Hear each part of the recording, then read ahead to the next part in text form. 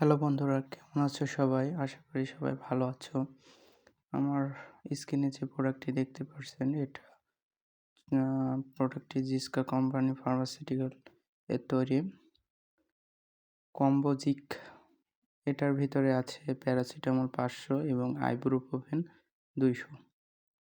এটা সাধারণত pain killer হিসাবে ব্যবহার হয়। এটা অনেক সময় মাজা ব্যথা, কোমরের ব্যথা এবং গলা ব্যথা, জ্বর এবং অনেক সময় মাসিকের ব্যথার জন্য কাজ করে দেওয়া হয়।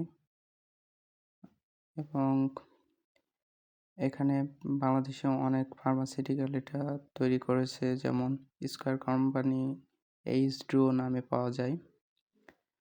তো এটার পার্শ্ব প্রতিক্রিয়া হতে পারে অনেক সময় বমি বমি ভাব, মাথা ঘোরা, অ্যালার্জির সমস্যা সাধারণত হয়ে থাকে। ডোজ সাধারণত 2 থেকে 3 বার দেওয়া হয়, তবে অবশ্যই একজন ভালো ডাক্তারের পরামর্শ অনুযায়ী ওষুধ সেবন